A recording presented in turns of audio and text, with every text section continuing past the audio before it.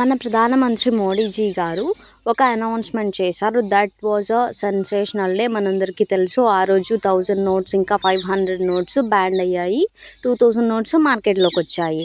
ఆ రోజు చాలామంది న్యూస్లో అంటే బోల్డ్ అంతమంది వాళ్ళ రియాక్షన్స్ చెప్పారు. అంటే కొంచెం bad judgement means bad impact వచ్చింది, దీనివల్ల చాలా నష్టం జరిగిందని చెప్పారు. కొంతమంది చాలా మంచి ఇంపాక్ట్ వచ్చిందని చెప్పారు. లేటర్ వర్ సీ అది హ్యూజ్ ఇంపాక్ట్. బ్లాక్ మనీ దాచుకున్న వాళ్ళందరూ కూడా వాళ్ళ మనీని మార్చుకోలేక చాలా మటుకు బయటకు వచ్చింది. That was a great. ఆ రోజు జరిగిన సిచ్యువేషన్స్ కానీ పీపుల్ జడ్జిమెంట్స్ కానీ అవన్నీ మోడీ గారు చూసుంటారు కదా.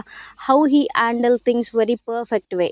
We all so great. I am so grateful for having Modiji గారు.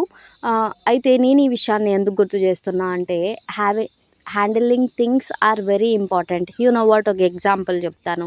ఒక ఆయన డెజర్ట్లో నడుచుకుంటూ వెళ్తున్నారు since few days. Okay, so ఆయనకి చాలా దాహంగా ఉంది. దూరంలో ఒక హ్యాండ్ పంప్ కనబడింది. It's example, just imagine.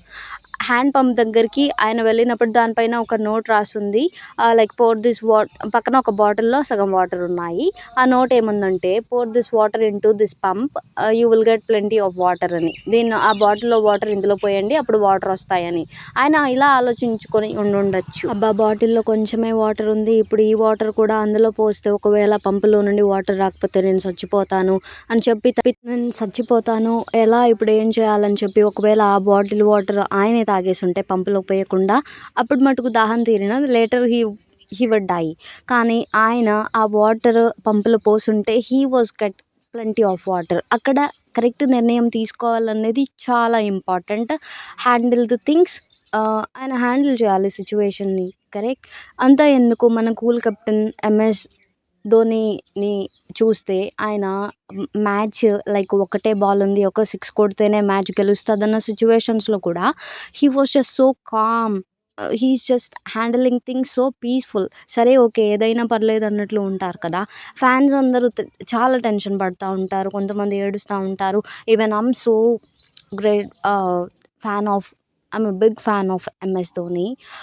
So ఆయన ఎంత కూల్గా హ్యాండిల్ చేస్తారు అన్ని సిచ్యువేషన్స్ని, అలాంటిది మనకు కూడా రావాలండి. మనం కూడా అన్ని సిచ్యువేషన్స్లో హ్యాండిల్ చేయాలి, కరెక్ట్ నిర్ణయం తీసుకోవడానికి రెడీగా ఉండాలి. కోపంలో ఉన్నప్పుడు నిర్ణయాలు అస్సలు తీసుకోకండి please, I'm begging you.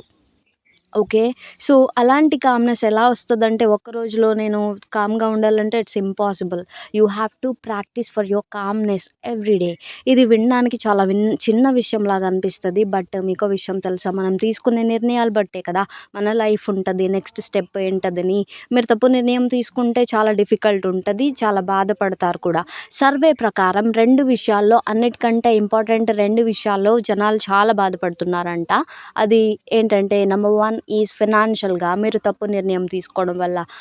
Financial విషయంలో మీరు తప్పు నిర్ణయం తీసుకోవడం వల్ల చాలా సఫర్ అవుతారు, ఇది అందరికీ ఒకటి. ఇది second point is choosing wrong partner. అది పెళ్లి విషయంలో కానీ, లవ్ రిలేషన్షిప్ కానీ, ఇంకా బిజినెస్లో కానీ.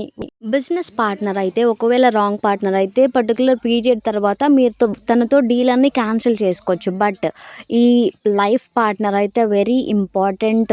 రాంగ్ లైఫ్ పార్ట్నర్ వస్తే everyday I can compare it with like hell.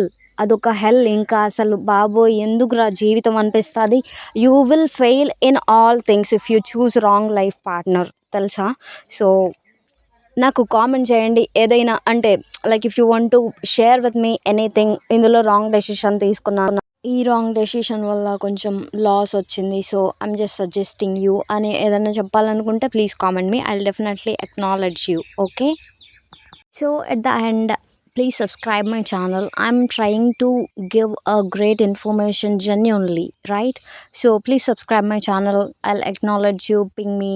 Thank you so much, have a great day, see you on next video.